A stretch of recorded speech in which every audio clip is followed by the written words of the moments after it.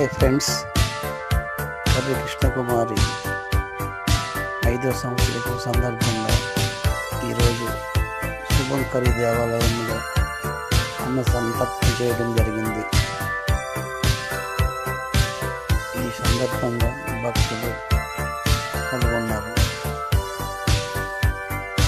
మీరు కృష్ణకుమారి ఆత్మకు శాంతి చేకూరాలని ఆ భగవంతుని కోరుకుందాం.